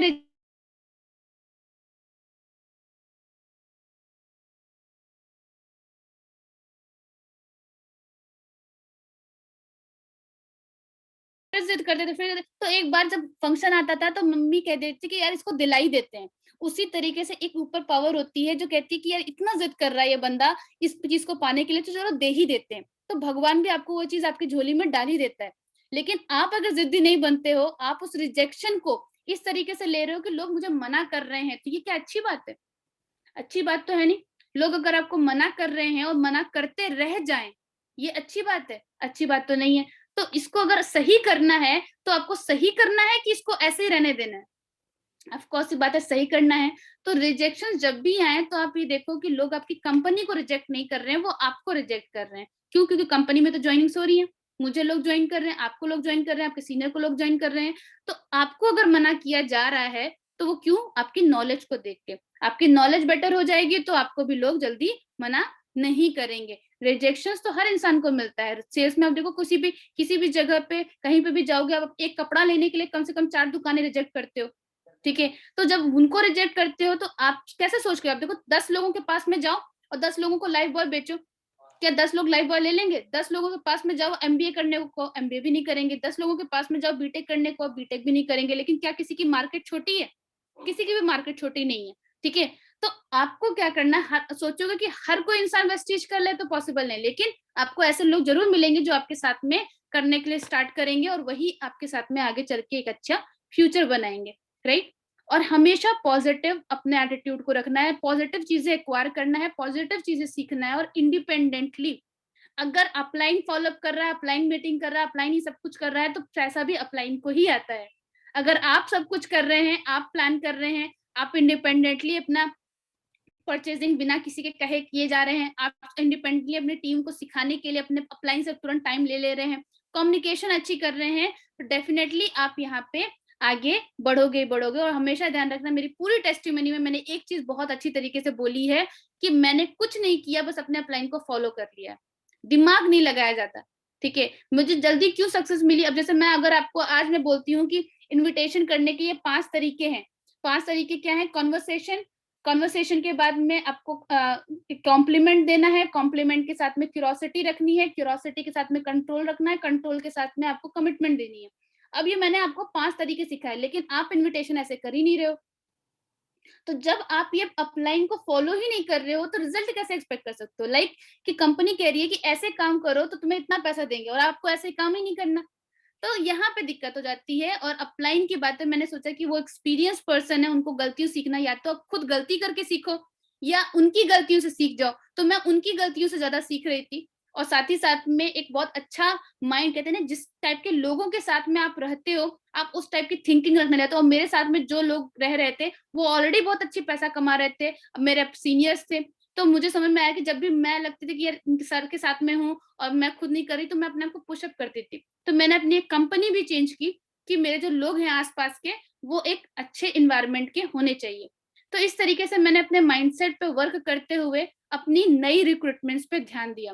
और नई रिक्रूटमेंट्स पे ध्यान देने के लिए मैंने सबसे पहले अपने प्रेजेंटर्स बढ़ाए अपने टीम में। प्लान दिखाना कितना, 40 मिनट का प्लान है, कोर्स इतना ही है और 12 क्वेश्चन है, ठीक है? 40 मिनट का कोर्स है, 12 क्वेश्चन है। इसको तैयार करने में कितना टाइम लगेगा? जितना टाइम लगे आपको लगता है उतने ज्यादा प्लान्स आप लोगों को सिखा दो कि किस तरीके से प्लान दिखाना होता है। और सबसे पहले तो मैं फॉलोअप सिखाती हूँ, क्योंकि स्टार्टिंग में प्लान्स आपका अपलाइन अगर शो कर रहे हो तो वो को क्लोजिंग तो आती ही नहीं, फॉलोअप तो आता ही नहीं, तो वो आपकी सेल्स को खराब कर देते हैं। लेकिन अगर आपने उनको फॉलोअप पहले से ही सिखा लिया, पहली बात तो वो नेगेटिव नहीं होंगे, दूसरी बात ये कि आप उनकी क्लोज बहुत अच्छी तरीके से सेल कर सकते हो। तो ज्यादा से ज्यादा आप देखो कि आपका जो नोड है, आप वो नई ज्वाइनिंग करा रहा नहीं करा रहा, जो बात वो अलग, लेकिन सीखने वाला काम तो कम से करे। कम से कम उनके साथ में प्रेजेंटर तो प्लान तो समझ में, और जब इंसान को प्लान अच्छे से समझ में आ जाता है, प्रेजेंटर अच्छे से समझ, तो फिर वो ऑटोमेटिकली उसके अंदर में आ जाता है कि मुझे प्लान्स जल्दी करने हैं, ज्यादा ज्यादा प्लान शो करने हैं। और रेगुलर प्लान्स, यस मैंने कहा कि रेगुलर प्लान्स शो करने, और ये काम बहुत लोग नहीं करते हैं, दैट इज इमीडिएट फॉलोअप। मैं आपको बताऊं कि अगर मैं बीकॉम पढ़ा रही हूँ, बीकॉम की टीचर हूँ मैं, हालांकि इतनी एजेड लगती नहीं, लेकिन बीकॉम की अगर मैं टीचर हूँ, तो अगर बीकॉम पढ़ा रही हूँ और साथ ही साथ में पढ़ाया जा रहा है 3 साल होते चला जा रहा है, लेकिन मैं एग्जाम नहीं ले रही, तो क्या आपको जो जॉब वाला है वो आपको आपको आपकी डिग्री मांगेगा? डेफिनेटली मांगता है, डिग्री तो मांगते ही मांगते हैं। तो डिग्री कहाँ से मिलेगी? एग्जाम से, क्योंकि आपने एग्जाम दिए ही नहीं, तो आप मैं कैसे चेक कर सकती हूँ आपको क्या आता है क्या नहीं आता है? तो क्या होता है ना कि हमारा जो कोर्स होता है, हमारा जो प्लान्स होते हैं, ये क्या है, एक जो ट्रेनिंग हो रही है, ये सब ट्रेनिंग क्या है? ये आप सीख रहे हो, सीख रहे हो, लेकिन आपका एग्जाम कौन लेता है? आपके गेस्ट लेते हैं। और एग्जाम में जब आप पास होते हो तो आपको चेक मिलता है, पैसा मिलता है, वहां पे कुछ नहीं मिलता है, यहाँ पे पैसा मिलता है। अगर आप फेल होते हो तो फिर क्या करते हो? फेल होने के बाद में आप दोबारा से सही करके पास करते हो, लेकिन यहाँ पे आप नहीं करते, यहाँ पे फेल होके पीछे हो जाते हो। लेकिन अगर वही वही आप पास करने पे मूड पे लग जाओ तो डेफिनेटली रिजल्ट्स डिफरेंट होंगे, राइट? तो एग्जाम में पास होना है, और एग्जाम में पास होने के लिए प्लान के बाद में तुरंत फॉलोअप कीजिए। क्योंकि क्या होता है, जैसे प्लान हमने किया, हमारा हमारा यहाँ पे जाना था, हमें यहाँ पे जाना था, सर आप फॉलोअप कर दीजिए, या फिर हम उनसे बाद में बात कर लेंगे, हम उनको देख लेंगे, हम ऐसा ऐसा करके हम एक्सक्यूजेस देते हैं, राइट? और अपनी पूरी मेहनत को एकदम पानी कर देते हैं। ऐसा हम करते हैं, बहुत सारे लोग ऐसा करते हैं, हो सकता है कुछ लोगों को समझ में आ रहा हो ये बात जो मैं बोल रही हूँ। इमीडिएट फॉलोअप बहुत जरूरी है। प्लान जैसे ही दिखाया, प्लान के तुरंत बाद में उनको कॉल कीजिए, तुरंत बाद में कॉल करके उनसे पूछिए कि प्लान अच्छा लगा या बहुत अच्छा लगा, अच्छा लगा तो क्या अच्छा लगा, और ये क्या ये चीजें कहीं और से मिल सकती हैं, अगर नहीं मिल सकती तो स्टार्ट करते हैं। ये 4 क्वेश्चन उनसे पूछना बहुत इंपॉर्टेंट है, क्योंकि अगर आप उनसे पूछोगे कि सर आपको प्लान कैसा लगा, तो कितने की परचेजिंग कीजिएगा, ऐसा करके आप पूछेंगे, कोई डाउट तो नहीं है, कोई दिक्कत तो नहीं है। आप एक चीज देखो ना कि जब आपकी लाइफ में मैं पूछूं कि आपकी लाइफ का सबसे बुरा टाइम क्या था, तो आप बुरी चीजें याद करोगे। जब मैं पूछूंगी अच्छा टाइम क्या था, अच्छी टाइम याद करोगे। तो आप ऐसे क्वेश्चन ही क्यों पूछते हो जिससे वो डाउट सोचे? आप ऐसे पूछो ना कि आपको अच्छा क्या लगा। अच्छा चीज पूछोगे तो अच्छे रिजल्ट्स आएंगे, अच्छी चीजें वो बताएगा, उसको समझ में जो आया वो समझ आएगा, और उसको आप प्रमोट कर सकते हो। इमीडिएट फॉलोअप कीजिए, तुरंत।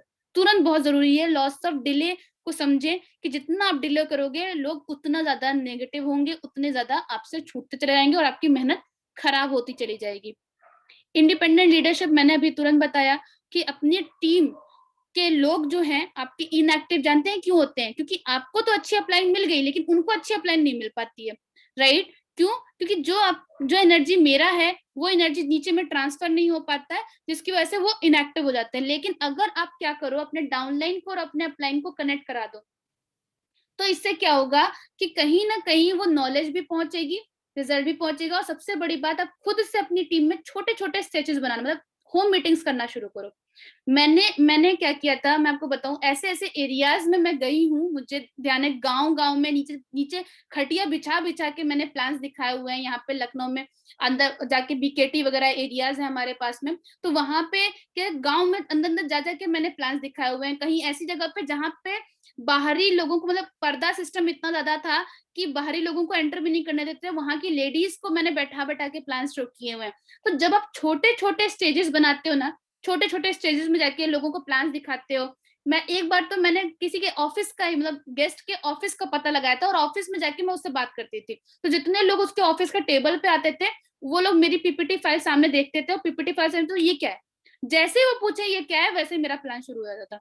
तो ऐसा भी मैंने करती थी। तो इसमें क्या हुआ ना कि मैं छोटे छोटे स्टेजेस जब बनाए, तो स्टेजेस बना के आज वो बड़े स्टेज पे मैं पहुंच पाई। तो मैंने लोगों के साथ में क्या किया, उनको सिखाना शुरू किया, अपने टीम से बात करना खुद से शुरू किया, अपने अपलाइन को रिपोर्ट देना शुरू किया, और इंडिपेंडेंटली मैंने उनके अंदर में कि उनको कितना आया, कितना नहीं आया, कितना क्या चीज बची हुई है, कौन सी मीटिंग की उनको जरूरत है, ये सब चीजें देखनी शुरू की। ये बहुत जरूरी है कि आप अपने टीम का ध्यान रखो, और उसके साथ साथ में अपने अपलाइन की ग्रेविटी बना के बात करें। मतलब ये क्यों जरूरी है? लोगों को लगता है कि अपने मुंह से आप बात कर रहे हो, अपने बारे में बता रहे हो, लेकिन मैं आपको बताऊं कि अगर आपके घर में एक कमिश्नर आने वाला है, अब आपको पता चल गया कि कमिश्नर है, तो आप उनका वेट करोगे और अच्छे से वेलकम करोगे, राइट? करोगे, डेफिनेटली करोगे। मैंने उनके बारे में बता दिया कि वो कमिश्नर है। अब जब भी वो उनके घर में आप आएंगे तो आप उनको बात करोगे, उनसे अच्छे से व्यवहार रखोगे। लेकिन अब आपको नहीं पता कि वो कौन है, और आपके घर में एंटर कर गए, तो आप क्या करोगे? सुना दोगे कौन है, कहाँ आ जा रहे हो, तुमको किससे मिलना है, क्या करना है, ऐसे सुना दोगे। तो जब हम बिना कुछ अपने अपलाइन के बारे में बताए हम क्या करते हैं, किसी को मिलवा देते हैं या फिर फोन पे बात करवा देते हैं, तो अब उसको नहीं पता कि किस तरीके से बात करनी होती है।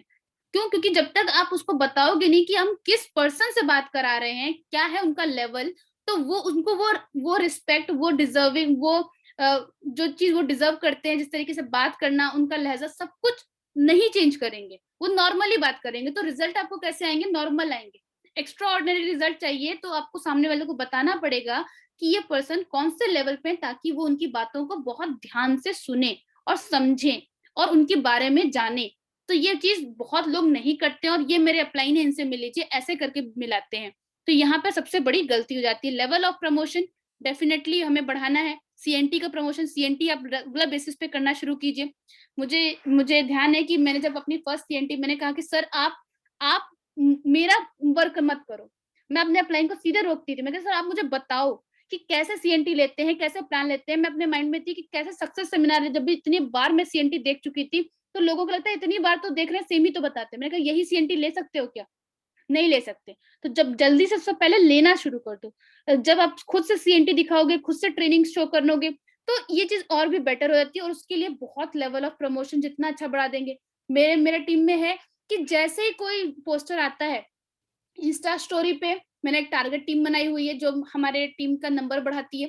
टारगेट टीम से बात किया, टारगेट टीम हमारी जो है वो पूरे सबसे पहले पोस्टर उसके वॉल पे लगते हैं। व्हाट्सएप स्टोरी पे, इंस्टा स्टोरी पे, फेसबुक स्टोरी पे, हर जगह पे वो पोस्टर पहुंच जाता है, और इंसान की क्वेरी आती है कि ये पर्सन कि कौन है, इनके बारे में पूछते हैं। बहुत सारे लोग पोस्टर ही नहीं बनाते, तो ये क्या होता है कि दिक्कत करता है। तो लेवल ऑफ प्रमोशन आपको बढ़ाना है और increase number of CNT. And new recruitment के लिए डेफिनेटली आप लोगों का 8% प्लान कीजिए। प्लान के साथ में ज्यादा शायद टाइम नहीं है तो मैं इसको क्लोज भी करूंगी। कंसिस्टेंसी मुझे ऐसा लगता है कि बहुत ही इंपॉर्टेंट है, बहुत ही ज्यादा इंपॉर्टेंट, क्योंकि कंसिस्टेंसी से ही मुझे इतने अच्छे रिजल्ट मिले हैं। आपको सबको पता है कि कंसिस्टेंसी का फायदा कितना ज्यादा है। और मेरे लिए तो मैं आपको बताऊं कि मैं तो बस इतना बोलती हूँ कि कंसिस्टेंसी में, जिस लोगों के दिमाग में क्वेश्चंस होते हैं ना, डाउट्स होते हैं, राइट, एवरीथिंग, प्रोडक्ट महंगे सस्ते हैं, उनसे बस मैं ऐसा बोलती हूँ कि अच्छा चलो, तुमको मैंने 500 रुपए लूट लिया, मतलब 500 रुपए तुमको महंगा सामान दे रही हूँ, ठीक है, 4 महीने तक महंगा सामान दे दिया मैंने आपको, ठीक है, इतना बुरा आपके साथ अत्याचार किया मैंने कि 500 रुपए महंगा सामान आपको मैंने दे दिया। आप बताओ कितना बचा लिए? 2000 रुपए आपको मैंने महंगा दे दिया। 4 महीने बाद जब 2500 का सामान आपको फ्री मिलेगा तो उसमें 500 रुपए जो एक्स्ट्रा मिल गए वो आपको कहीं और से मिल रहा था? नहीं। इतना सामान फ्री जो आपको मिला उसकी काउंटिंग कौन करेगा? कम से कम 1000 रुपए का तो आपको सामान फ्री मिला है। अब इसमें अगर कंसिस्टेंसी ले रहे हो तो 100 रुपए का तो चेक बनता ही बनता है। 400 रुपए और एक्स्ट्रा हो गए, 1400 और 500 अप्रोक्स में 1900 रुपए तो आपका प्रॉफिट हो गया। अब इसके बाद में अब आप एक्स्ट्रा, अभी तो मैंने जोड़ने जाड़ने की कुछ बात ही नहीं की, अभी तो मैंने कुछ बात नहीं की सीखने सीखने की। यहाँ पे अभी मैं सिर्फ कंसिस्टेंसी की बात कर रही हूँ। और डिस्काउंट अलग से, क्वालिटी वाले प्रोडक्ट्स अलग से, 1000 रुपीज डिस्काउंट तो ऐसा ही हो गया। तो जब इतनी सारी चीजें मिल रही थी, इसकी काउंटिंग कौन करेगा? तो मेरा कंसिस्टेंसी बताने का तरीका यही है कि अगर आने वाले टाइम में आपका इतना रुपए प्रॉफिट हो रहा है और साथ ही साथ में आप इतना अच्छी तरीके से एक अच्छे प्रोडक्ट्स भी यूज कर सकते हो और आपके टीम में कंसिस्टेंसी होगी तो आगे भी आप आगे बढ़ाओगे। तो नंबर ऑफ कंसिस्टेंसी होल्डर्स आप बढ़ाएं अपनी टीम में। पैसिव इनकम तभी आएगी जब आप एक कंसिस्टेंसी के नंबर्स अपने टीम में बढ़ाते हैं, क्योंकि इससे क्या होता है कि आप बहुत अच्छी टीम भी डेवलप करते हो, एक स्टैंडर्ड भी सेट करते हो और आप अपने टीम को प्रॉफिट भी दे रहे होते हो। रीपर्चेज अगर आपको अपने टीम में बढ़ाना है तो डेफिनेटली अपने टीम में नए प्रोडक्ट्स जाने, नए प्रोडक्ट्स का फीडबैक दें और साथ ही साथ में अपनी टीम से रिलेशन मेंटेन करना बहुत इंपॉर्टेंट है। तो ये मैं आपको थोड़ा सा बताऊंगी कि रिकमेंडेशन जो आप, जैसे एक प्रोडक्ट है मैकडराइव, तो मैं आपको बताऊं सूरत की हमारी टीम है, सूरत में हमारी मैक्सिमम लेडीज की टीम है मेरी, ठीक है। तो वहां पे 28,000 40,000 ऐसे ऐसे लेडीज हमारी कमा रही हैं। तो वहां पे क्या होता है, रिटेलिंग पे अगर वो काम करते तो एक मैकडराइव प्रोडक्ट है, आप सोचो ना कि एक अपनी गाड़ी में उन्होंने डलवाया, पूरी बिल्डिंग को उन्होंने मैकडराइव प्रोडक्ट का पूरा पूरा गेम कर डाला। ऐसा करके वहां पे रिकमेंडेशन होता है। प्रोडक्ट्स पता होने चाहिए। आप लोगों को क्या करते हो कि बिलिंग का जो है ना, उनको पता नहीं होता, इतने सारे कैटलॉग है, क्या दिलवाएं क्या ना दिलवाएं, कंफ्यूज हो जाते हैं। मैं क्या करती हूँ कि 3000 का, 3500 का, 9000 का ऐसा पहले से ही स्लॉट बना के रखती हूँ कि ये देखो मैंने आपकी तरफ से रिकमेंडेड प्रोडक्ट्स है, मेरी तरफ से रिकमेंडेड है, इसमें से कुछ एडिट करना हो तो बता दो, ये आपके लिए बहुत अच्छे, तो मैं रिकमेंड करती हूँ। जब मैं रिकमेंड करती हूँ तो सामने वाले को समझ में आता है और रीपरचेस होता है, राइट। तो जब नए नए प्रोडक्ट्स आप ट्राई करेंगे तो आपको रिजल्ट और भी अच्छे आएंगे। और साथ ही अपनी टीम को जरूर सिखाइए कि सिखाना कैसे होता है, क्योंकि हम उनको सिखाते तो हैं लेकिन ये नहीं सिखाते कि सिखाना कैसे होता है। इससे रिजल्ट और भी अच्छे आएंगे और ये बिना एक्सक्यूजेस के साथ में आप आगे बढ़ सकते हैं। एक लास्ट में क्लोज करते हुए मैं आपको बताना चाहूंगी स्ट्रक्चर प्लानिंग, जो आपके लिए बहुत ज्यादा जरूरी है। ये पुराने सिस्टम के हिसाब से मैंने बताया हुआ है, लेकिन आप इसमें 6 लेग का भी कर सकते हैं। हालांकि मैं 3 से 4 लेग पे स्टार्टिंग करवाती हूँ।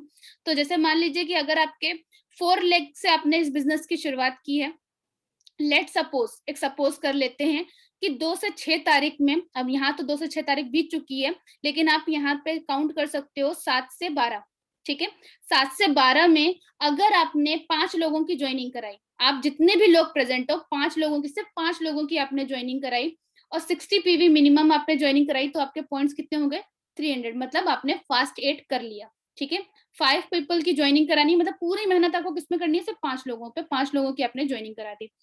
अब 12 से लेके आपने अप्रोक्सीमेट 17 तारीख तक में क्या किया, 17 से 20 तारीख में क्या किया, आपने लोगों का फास्ट एड कराया। जो 5 लोगों की ज्वाइनिंग कराई थी उनका फास्ट एड कराया, तो उनका फास्ट एड कराया तो कितनी टोटल पीवी हो गई? 1800 पीवी हो गई।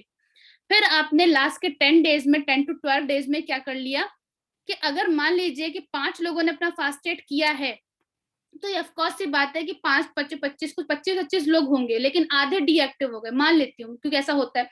मान लो कि आधे लोग काम नहीं कर रहे हैं, लेकिन 10 लोग बस काम कर रहे हैं, 10 से 15 लोग काम कर रहे हैं। अब 15 लोग, आप एक चीज को 10 लोग अगर 300 पॉइंट, अगर 10 लोग बचे हुए हैं जो नए लोग आए थे, उसका आपने 8% करवा दिया, तो 3000 पीवी हो गई। आपका टोटल कितना हो गया? फास्ट टोटल 4800 हो गया, और आप फास्ट डायरेक्टर बनते हो, और यहाँ से आपकी इनकम 5 से 10,000, मतलब इस, अगर आप फास्ट डायरेक्टर बनते तो 8000 इनकम आ ही जाती है। तो इस तरीके से आप प्लान कर सकते हैं। और डेफिनेटली मैं आपसे कहना चाहूंगी कि don't wait for something good to happen, ठीक है। Work for it and make it best. अपने वर्ड्स से नहीं, अपने एक्शन से बात करें, और जितना आप एक्शन से बात करेंगे उतने रिजल्ट्स आपको ज्यादा मिलेंगे। Thank you so much for giving me the chance to teach you, या फिर आपको कुछ सिखाने के लिए मुझे जो चांस मिला, thank you so much. And आज की जो ट्रेनिंग थी, हो सकता है आप लोगों के काम आई और आपको बेस्ट रिजल्ट्स दे। मैं चाहती हूँ कि अगर इस पे आप काम करो, इस पे एक्शन काम करो, तो ये जो टीम है ये डबल नहीं, ट्रिपल नहीं, एकदम 5 टाइम्स बढ़ जाएगी। और एज एन आप मुझे थोड़ा सा जो गिफ्ट दे सकते हो वही दे सकते हो कि इस ट्रेनिंग को अप्लाई करके डेफिनेटली आप मुझे टैग कर सकते हैं कि मैम आपने जो बोला था वो मैंने कर दिखाया। क्या आप लोग ऐसा कर सकते हैं? क्या मैं इस चीज की उम्मीद कर सकती हूँ कि आप लोगों को जो आज मैंने सिखाया है उसको आप पूरी तरीके से अप्लाई करोगे? क्या हम ऐसा प्लान कर सकते हैं कि 12 तारीख तक हम 5 ज्वाइनिंग करा सके? मिनिमम 5 ज्वाइनिंग का टारगेट ले सकते हैं हम। अगर ऐसा हो गया ना, डेफिनेटली मैं आपको बता दूं कि आप बहुत अच्छा ग्रो कर सकते हो, बहुत अच्छी पोजीशन पहुंच सकते हो, और आपको आइडिया भी नहीं है कि अगर यही काम आपने 3 लाख से कर लिया ना, तो आप एक बहुत ग्रोथ के साथ में 50 से 60 हजार की इनकम ले सकते हो, राइट। यही काम आपने 4 लाख से कर लिया तो आपका इनकम 70 हजार तक भी पहुंच सकता है, और यही काम आपने 6 लाख से कर दिया तो आपकी इनकम 1 लाख से प्लस भी जा सकती है। तो ये आपके ऊपर है, और मैं चाहूंगी कि 12 से पहले आप 5 ज्वाइनिंग करें, और सबसे पहले एक अच्छे अपलाइन बने, एक अच्छी डाउनलाइन बने। अगर आपको चाहिए होता है तो सबसे पहले, अगर किसी का रीपरचेज नहीं हुआ है, किसी का कुछ भी, अगर कोई भी ऐसी चीज है जो आप नहीं चाहते कि मेरे डाउनलाइन करे, तो आप सबसे पहले उसको सही कर लो। Thank you so much, all the best, and thank you so much sir for giving me the chance. Thank you so much.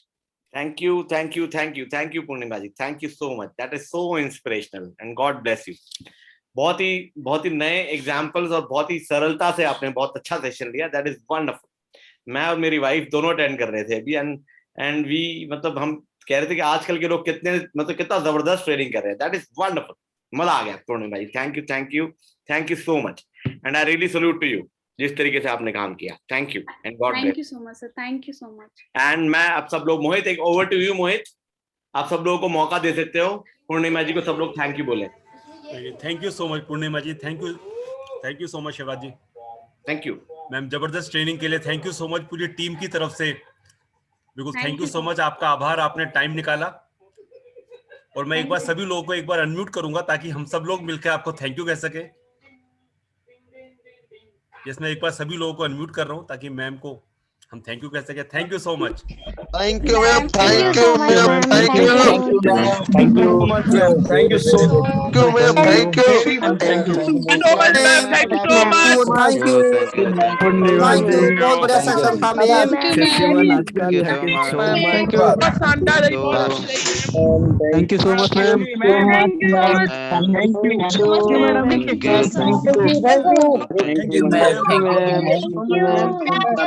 गजब का सेक्शन।